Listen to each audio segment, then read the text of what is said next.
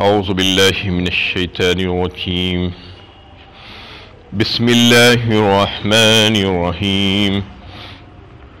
فلما فصل طالوت بالجنود قال ان اللہ مبتلیکم بنہر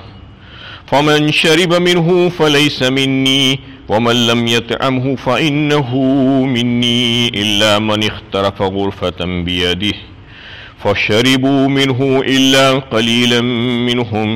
فلما جاوزه هو والذين آمنوا معه قالوا لا طاقة لنا اليوم بجالوت وجنوده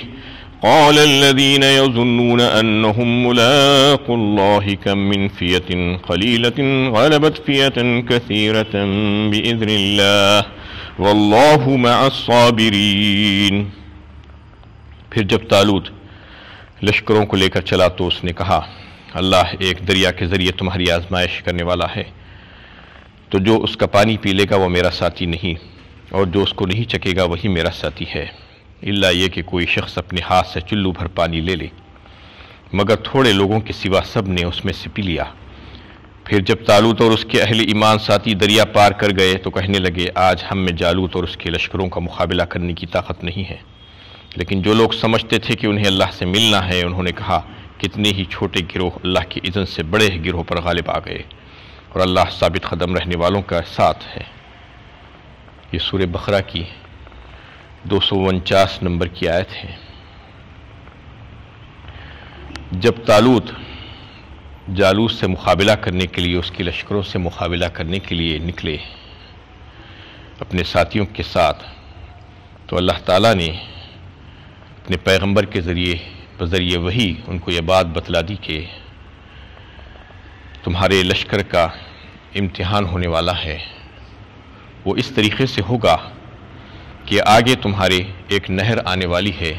جو اردن اور فلسطین کے درمیان ایک نہر تھی، اس نہر پر آزمائش ہوگی کہ جو شدید پیاس کی حالت میں بھی پانی نہیں پئیں گے تو وہ تمہارے ہیں، اور جو پانی پی لیں گے اور اپنے منہ کو پانی لگا لیں گے تو اس کا مطلب یہ ہے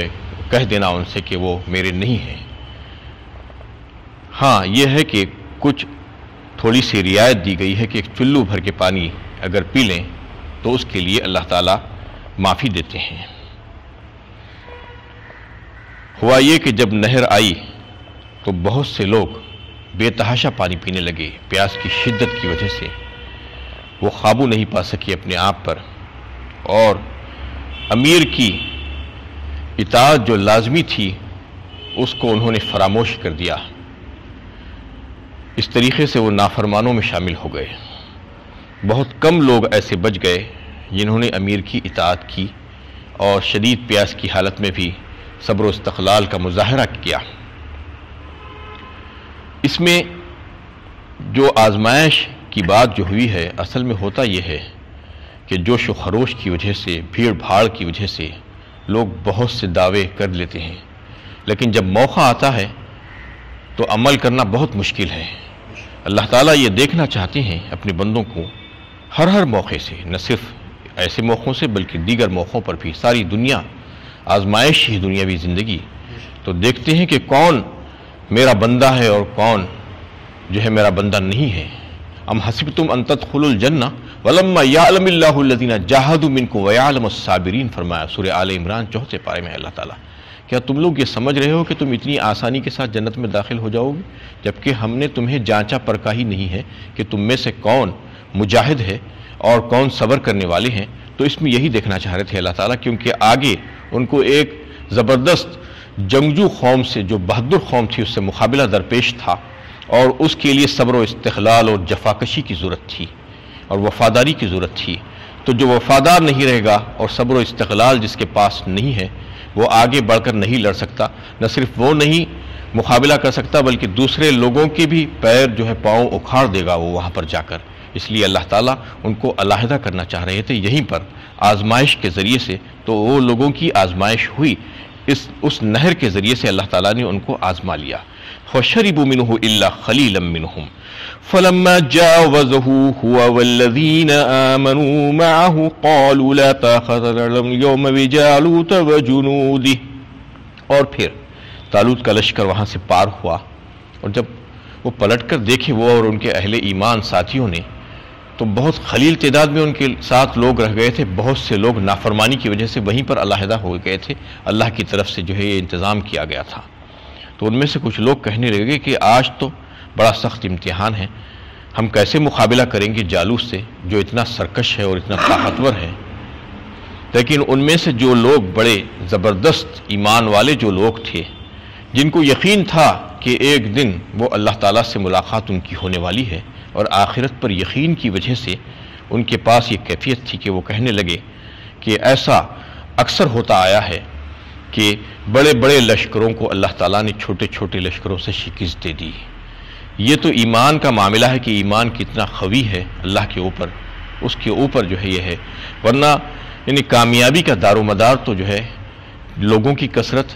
یا چیزوں کی کثرت یا اسلحہ کی کثرت سے نہیں ہوتا، اس پر منحصر نہیں ہے، بلکہ یہ صرف اور صرف اللہ تعالیٰ کی اذن اور مشیت پر موقوف ہے کہ وہ کس کو جو ہے کامیاب کرنا چاہتے ہیں. کیونکہ ایسا جو ہے اکثر دیکھنے میں آیا ہے. اسلامی جہاد اور غزوات پر بھی آپ ایک نظر ڈالیں تو فتح مکہ سے پہلے تک یعنی مسلمانوں کے پاس کسی چیز کی کثرت نہیں تھی. فتح مکہ سے پہلے تک اگر آپ دیکھیں کتنے غزوات ہوئے ہیں، اس میں نہ تو جو ہے تعداد کی کثرت تھی ان کے پاس، نہ ہی مال و دولت کی کثرت تھی، نہ ہی اسلحہ، نہ ہی ہتھیار، نہ ہی سواری، نہ اور کوئی دوسری ضروریات کی چیز. کچھ بھی چیزوں کی کثرت نہیں تھی. کثرت تھی تو اخلاص کی، ایمان کی کثرت تھی ان کے پاس، جفا کشی تھی، وفاداری تھی، اللہ اور اس کے رسول سے محبت اور توکل اور بھروسہ تھا پورا، اور ایک اشارے پر اپنی جانوں کو تو قربان کرنے کے لیے وہ تیار تھے. جان نثاری تھی ان کے پاس، یہ تھا ان کے پاس. سرفروشی کی تمنا لیے ہوئے وہ لوگ آگے بڑھتے تھے، اور پھر اللہ کی یاد کرتے ہوئے آگے بڑھتے تھے. یہ چیزوں کی کثرت تھی، دوسرے چیزوں کی کثرت نہیں تھی جیسا کہ دنیا دیکھتی ہے کہ یہ کثرت کی وجہ سے یہ لوگ جیت گئے. نہیں، کثرت کی وجہ سے کوئی کبھی نہیں جیتا. اسلامی جنگیں جو ہوئی ہیں وہاں پر کسی چیز کی کثرت نہیں تھی، صرف ایمان تھا ان کے پاس، اتنا قوی ایمان، اور بس جانی ساری اور قربانی کا جذبہ، سرفروشی کا جذبہ ان کے پاس تھا. اس کی وجہ سے اللہ تعالیٰ نے ان کی مدد فرمائی. ایسے ہی لوگوں کی اللہ تعالیٰ مدد فرماتے ہیں، اور مستحق اللہ تعالیٰ کی مدد اور نصرت اور فتح کی وہی لوگ ہوتے ہیں جن کے پاس صبر و استقلال ہوتا ہے اور جو ہے ایمان ہوتا ہے. وہی لوگ کامیاب ہو سکتے ہیں. تو اس میں ان لوگوں نے اس بات کا اظہار کیا کہ ایسا کئی وقت ہوتا آیا ہے کہ چھوٹی چھوٹی جماعتیں بڑی جماعت کو اللہ کے حکم سے، اللہ کے اذن سے جو ہے شکست دے چکی ہے. کم من فیۃ قلیلۃ غلبت فیۃ کثیرہ باذن اللہ واللہ مع الصابرین. اللہ تعالیٰ صبر کرنے والوں کے ساتھ ہے ہمیشہ. ولما برزوا لجالوت وجنوده قالوا ربنا افرغ علينا صبرا وثبت اقدامنا وانصرنا على القوم الكافرين. اور جب وہ جالوت اور اس کے لشکروں کے مقابلے میں آئے تو انہوں نے دعا کی کہ اے ہمارے رب، ہم پر صبر کا فیضان کر ہمارے قدم جما دے اور کافر قوم پر ہمیں غلبہ عطا فرما. اور جب دو بدو مقابلہ ہو گیا، مورکہ آرائی چھڑ گئی، تو اس وقت وہ مومنین اور وہ طالوت اور ان کے ساتھی جو تھے اللہ تعالیٰ سے اللہ کی بارگاہ میں دعا کرنے لگے کہ اے اللہ، ہمیں صبر و ثبات عطا فرما، ثابت قدمی عطا فرما، اور ہماری مدد فرما ان کفار کے مقابلے میں، ہماری نصرت اور ہم کو فتح عطا فرما. بالکل ایسی ہی دعا اللہ کے نبی صلی اللہ علیہ وسلم غزوہ بدر سے پہلے کی رات میں کیے تھے. سجدے میں گر کر رو رہے ہیں، الوہ زاری کر رہے ہیں اللہ کے سامنے. اے اللہ، یہ چھوٹی سی جماعت ہے آپ کی نام لیوا جماعت، اگر اس کی مدد نہیں ہوگی اور یہ ختم ہو جائے گی اور جو ہے اس کو جو ہے مغلوب کر دیا جائے گا، تو پھر اس کے بعد روئے زمین پر آپ کا نام لینے والا کوئی باقی نہیں بچے گا. یہ رو رو کر دعا کر رہے تھے. سیہزم الجمع ویولون الدبر فرمایا اللہ تعالیٰ نے. فوراً حکم آیا اور آپ ہنستے ہوئے اٹھ کر کھڑے ہو گئے کہ اللہ تعالیٰ نے فرما دیا کہ وہ جماعت شکست کھانے والی جماعت ہے اور پیٹ پھیر کر بھاگ جائے گی. تو یہ اللہ تعالیٰ کی طرف سے خوشخبری آ گئی تھی اس وقت، اور ایسی ہی خوشخبریاں اللہ تعالیٰ اپنے مومن بندوں کو دیتے ہیں جو ثابت قدمی سے جو ہے مقابلہ کرتے ہیں، جو صبر جن کے پاس اور استقلال جن کے پاس ہوتا ہے. تو یہ دعا کر رہے تھے وہ بندے بھی اللہ تعالیٰ سے کہ ہمیں صبر و ثبات عطا فرمائیے اور ہماری مدد فرمائیے، ہماری فتح اور نصرت ہمیں جو ہے عطا فرمائیے ان کفار کے مقابلے میں. فَحَزَمُوهُمْ بِإِذْنِ اللَّهِ وَقَتَلَ دَاوُودُ جَالُوتَ وَآتَاهُ اللَّهُ الْمُلْكَ وَالْحِكْمَةَ وَعَلَّمَهُ مِمَّا يَشَاءُ وَلَوْلَا دَفْعُ اللَّهِ النَّاسَ بَعْضُهُمْ بِبَعْضٍ لَفَسَدَتِ الْأَرْضُ وَلَكِنَّ اللَّهَ ذُو فَضْلٍ عَلَى الْعَالَمِينَ. آخرکار اللہ کے حکم سے انہوں نے ان کو شکست دی اور داؤد نے جالوت کو قتل کر دیا، اور اللہ نے ان کو اقتدار اور حکمت سے نوازا اور جن جن چیزوں کا چاہا اس کو علم دیا. اگر اللہ ایک گروہ کو دوسرے گروہ کے ذریعے دفع نہ کرتا رہتا تو زمین فساد سے بھر جاتی، لیکن اللہ دنیا والوں پر بڑا مہربان ہے. اور پھر جب مقابلہ ہوا تو اللہ کی مدد آئی اور اللہ تعالیٰ نے ان کو کامیابی عطا فرمائی، اور ان کا جو سپہ سالار تھا، جو سب سے بڑا طاقتور جالوت، جو للکار رہا تھا لوگوں کو میدان جنگ میں کہ آؤ مجھ سے مقابلہ کرو، اور کسی میں جرت نہیں تھی، اتنے میں ایک ایسا نوجوان جو بالکل کم سن تھا جس کا نام داؤد تھا، وہ آگے بڑھا اور آگے بڑھ کر اس کو قتل کر دیا. یہ وہی داؤد علیہ السلام ہیں جن کو اللہ تعالیٰ نے بعد میں بادشاہت سے نوازا اور نبوت سے نوازا اور ایسے ایسے علوم سے نوازا کہ ان کو ذرا بنانے کا جو ہے فن سکھایا. اللہ تعالیٰ نے ان کے ہاتھ میں لوہے کو نرم کر دیا اور پرندوں کی بولیاں ان کو سکھائی گئی. یہ ساری حکمت اور علم جو ہے اللہ تعالیٰ نے ان کو عطا فرمایا. یہ وہی نوجوان تھے حضرت داؤد جن کو اللہ تعالیٰ نے یہ ساری صلاحیتیں اور نبوت اور حکمت عطا فرمائی. اور ایک بات اس میں اللہ تعالیٰ فرماتے ہیں کہ وَلَوْلَا دَفْعُ اللَّهِ النَّاسَ بَعْضُهُمْ بِبَعْضٍ لَفَسَدَتِ الْأَرْضُ. یعنی اللہ تعالیٰ کا یہ انتظام ہے اور یہ نظام ہے کہ اس دنیا کے نظام کو چلانے کے سلسلے میں کہ یعنی گروہوں کو اور پارٹیوں کو اللہ تعالیٰ قوموں کو ایک وقت مقررہ تک کا جو ہے موقع دیتے ہیں، ان کو اختیارات دیتے ہیں، ان کو جو ہے یعنی ایسی قوت اور طاقت عطا فرماتے ہیں، غلبہ عطا فرماتے ہیں، لیکن جب وہ حد سے بڑھ جاتے ہیں تو پھر ان کے پر کاٹے جاتے ہیں، دوسروں کو ان کے اوپر غلبہ دے دیا جاتا ہے، دوسروں کے ذریعے سے ان کو جو ہے ختم کر دیا جاتا ہے. یہ اللہ تعالیٰ کا نظام ہے، کیونکہ اگر ایسا نہیں ہوتا تو اللہ تعالیٰ فرماتے ہیں کہ لفسدت الارض، زمین فساد سے بھر جاتی ہے، کیونکہ ایک ظالم کو مارنے کے لیے دوسرے ظالم کو اللہ تعالیٰ لاتے ہیں. آپ دیکھیے دنیا میں ایسا ہوتا آ رہا ہے، ہماری نظروں کے سامنے ہے کہ ایک ملکوں کو کیسا اللہ تعالیٰ نے ختم کیا. ایک ظالم تھا، ظلم کر رہا تھا، زیادتی کر رہا تھا، اس کے ظلم و زیادتی کو دوسرے اور ایک بڑے ظالم کو لا کر اللہ تعالیٰ ختم کر دیتے ہیں. یہ فساد کو ختم کرنے کا ذریعہ ہے اور یہ دنیا میں رہنے والوں کے لیے اللہ تعالیٰ کی رحمت ہے، اس کا مظہر ہے اور فضل کا مظہر ہے ساری دنیا والوں کے لیے. تلک آیات اللہ نتلوها علیک بالحق وانک لمن المرسلین. یہ اللہ کی آیتیں ہیں جو ہم تمہیں ٹھیک ٹھیک سنا رہے ہیں اور تم یقیناً پیغمبروں میں سے ہو. اس میں رسول اللہ صلی اللہ علیہ وسلم کی رسالت کی گواہی دی جا رہی ہے. اس آیت میں یہ بتا کر کہ یہ آیتیں تم جو سنا رہے ہو یہ اللہ کی طرف سے بذریعہ وہی تمہیں ملی ہے. اس وجہ سے جو لوگ تمہاری رسالت میں شک کرتے ہیں ان کو شک نہیں کرنا چاہیے، کیونکہ تم کو ہم وہی کے ذریعے سے یہ سارے واقعات بتا رہے ہیں. تمہاری رسالت کی اس میں گواہی ہے. اس قصے میں اگر آپ دیکھیں تو جیسا کہ قرآن میں اس سے پہلے بھی آپ کے سامنے یہ بات آ چکی ہے کہ قرآن کوئی قصے کہانیوں کی کتاب نہیں ہے کہ اس میں کوئی قصے کہانیاں اللہ تعالیٰ بیان کرنا چاہ رہے ہیں، بلکہ یہ تو ایک قانون کی کتاب ہے. ہاں اس میں گزرے ہوئے قوموں کے واقعات کو اللہ تعالیٰ عبرت اور نصیحت دینے کے لیے لوگوں کے لیے پیش کرتے ہیں. اس کو سمجھنا چاہیے ہمیں کہ جو واقعہ جو بیان ہوتا ہے وہ واقعے میں کون سے عبرت اور نصیحت کے پہلو ہیں. اس واقعے میں بھی بہت سے عبرت اور نصیحت کے پہلو ہیں. اگر اس میں تھوڑا سا غور و فکر کرے تو معلوم ہوگا کئی ایک عبرت کے اور نصیحت کے پہلو ہیں. سب سے پہلی بات تو اس میں جو بتائی گئی کہ نبی سے قوم نے بادشاہ کو مانگا، بادشاہ کے لیے جو ہے مطالبہ کیا تو اللہ تعالیٰ نے اس کو رد نہیں کیا بلکہ ان کو بادشاہ عطا فرمایا طالوت نام کا. تو اس سے یہ بات واضح ہوتی ہے کہ بادشاہت بری چیز نہیں ہے بذات خود. ہاں جو ملوکیت اور بادشاہت کے سلسلے میں یہ بات ہے کہ اگر بادشاہ عادل ہو، متقی ہو،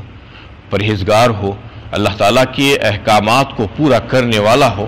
تو پھر وہ جمہوریت سے 1000 درجے بہتر ہوتا ہے۔ آج کی جو جمہوریت ہے وہ تو لوگوں کو تباہ کر کے رکھ دے رہی ہے، اس سے 1000 درجے بہتر ہے۔ بادشاہت بذات خود بری چیز نہیں ہے، ہاں اس میں اگر مطلق العنان ہو جائے اور من مانی کرنا شروع کر دے تو وہ بری چیز ہے، تو اس میں اس کی اجازت تھی۔ اور اللہ تعالیٰ نے بادشاہ کو بھی بنایا، نبی کے ہوتے ہوئے بادشاہ کو بھیجا گیا۔ اس کا مطلب یہی ہے کہ بادشاہت بھی ہو سکتی ہے، اگر ضرورت پڑے تو بادشاہ بھی ہو سکتا ہے جو ہے، اور دیگر لوگ بھی ہو سکتے ہیں۔ ایک چیز اس میں یہ بات ہوئی، اور دوسری اس میں جو ہے نصیحت کا پہلو یہ ہے کہ اللہ تعالیٰ جس کو چاہتے ہیں منتخب کرتے ہیں اپنے کاموں کے لیے۔ یختص برحمتہ من یشاء واللہ ذو الفضل العظیم فرمایا، پہلے ہی پارے میں سورہ بقرہ میں یہ بات آئی ہے، اللہ تعالیٰ مختص کر دیتے ہیں اپنی رحمت اور اپنی فضل کو کچھ لوگوں کے لیے جس کے لیے وہ چاہتے ہیں۔ کس کو چاہتے ہیں؟ انما یتقبل اللہ من المتقین فرمایا ایک دوسرے مقام پر سورہ مائدہ میں، یعنی بے شک اللہ تعالیٰ متقیوں کو پسند کرتے ہیں اور انہی کی کاموں کو قبول کرتے ہیں اور انہی کی قربانیوں کو قبول کرتے ہیں۔ یعنی یہ اللہ تعالیٰ کے پاس معیار ہے، جو رحمت اور فضل اللہ تعالیٰ جن کو نوازنا چاہتے ہیں وہ وہی لوگ ہوتے ہیں جو اللہ سے ڈر کر زندگی گزارنے والے لوگ ہوتے ہیں، ان کو اللہ تعالیٰ پسند فرماتے ہیں۔ ایک بات یہ ہے، اور ایک نصیحت اس میں یہ ہے کہ مال و دولت کے تعلق سے قوم نے کہا تھا کہ وہ ہمارا بادشاہ کیسا بن سکتا ہے جبکہ اس کے پاس مالی وسعت نہیں ہے۔ اللہ کے پاس اس کی کوئی اہمیت نہیں ہے کہ کسی کے پاس دنیا کا مال ہے یا نہیں ہے، کیونکہ اللہ تعالیٰ کے پاس یہ دنیا کی حیثیت ایک مچھر کے پر کے برابر ہے، اس لیے اس کی کوئی اہمیت اللہ کے پاس نہیں ہے۔ اس بات کا جو ہے اس کو معیار کبھی بھی نہیں بنایا جانا چاہیے کہ کس کے پاس مال ہے اور کس کے پاس مال نہیں ہے۔ مال ہے تو وہ اچھا آدمی ہے، مال نہیں ہے تو وہ برا آدمی ہے، یہ معیار کبھی بھی نہیں بن سکتا، یہ غلط معیار ہوگا۔ اور اس میں جو ہے جو تبرکات کی بات آئی، جو صندوق کی بات آئی کہ اس میں جو ہے بزرگوں کے تبرکات تھے، تو انبیاء علیہ السلام اور صالحین کی جو چیزیں ہوتی ہیں، استعمال شدہ چیزیں یا تبرکات جو چیزیں ہوتی ہیں، وہ جو واقع میں بابرکت ہوتی ہیں، اگر حقیقی نسبت اس کی ہو تو اس کو استعمال کیا جا سکتا ہے، لیکن چھوٹی موٹی نسبت لگا کر اس کو جو ہے تبرکات کہنا یہ صحیح نہیں ہے۔ اس سے استفادہ کیا جا سکتا ہے اور اس کی حیثیت ہے، کچھ اس کی اہمیت ہے، یہ تبرکات کے بارے میں یہ بات ہے۔ اور جو ہے ایک بات اس میں یہ بھی بتائی گئی کہ اللہ تعالیٰ آزماتے رہتے ہیں اپنے بندوں کو، یعنی ہر موقع سے آزماتے ہیں، لیکن بندہ ہے کہ وہ آزمائش کو سمجھتا ہی نہیں، اس کا امتحان چل رہا ہے لیکن اسے پتہ ہی نہیں چلتا کہ وہ اس کا امتحان ہو رہا ہے۔ دنیا کی زندگی ساری کی ساری امتحان ہے، اس لیے چاہیے کہ ہمیں آخرت کی زندگی کے بارے میں ہم زیادہ فکر مند ہونا اور اس کو فوقیت دینا اور اس کو ترجیح دینا دنیا کی زندگی کے مقابلے میں، تو ہی امتحان میں کامیاب ہو سکتے ہیں، ورنہ یہاں کی جو چیزیں ہیں زرخ برخ دکھاوا، یہ سب کا سب دھوکے کا سودا ہے۔ اس لیے اللہ تعالیٰ جو ہے آزماتے رہتے ہیں کہ میرا بندہ آخرت کی فکر کرتا ہے یا نہیں کرتا ہے، یا دنیا پہ مر مٹتا ہے یا دنیا ہی پر فریفتہ ہے، یہ دیکھنا چاہتے ہیں۔ اور ایک بات اس میں یہ جو آخری میں جو بات بتا دی گئی کہ اللہ کے نبی صلی اللہ علیہ وسلم کے تعلق سے یہ بتایا جا رہا ہے کہ محمد صلی اللہ علیہ وسلم کو ہم نے بذریعے وحی جو کتاب ان کے اوپر جو نازل فرمائی تھی، اور وہ کتاب کے ذریعے سے لوگوں کو جو علم دے رہے ہیں، اس کا مطلب یہ ہے کہ ان کی نبوت کی یہ سچائی کی دلیل ہے یہ کتاب، کیونکہ وہ ہزاروں سالوں پرانے واقعات کو بالکل ایسے بیان کر رہے ہیں جیسے ابھی اپنے نظروں کے سامنے دیکھ رہے ہیں،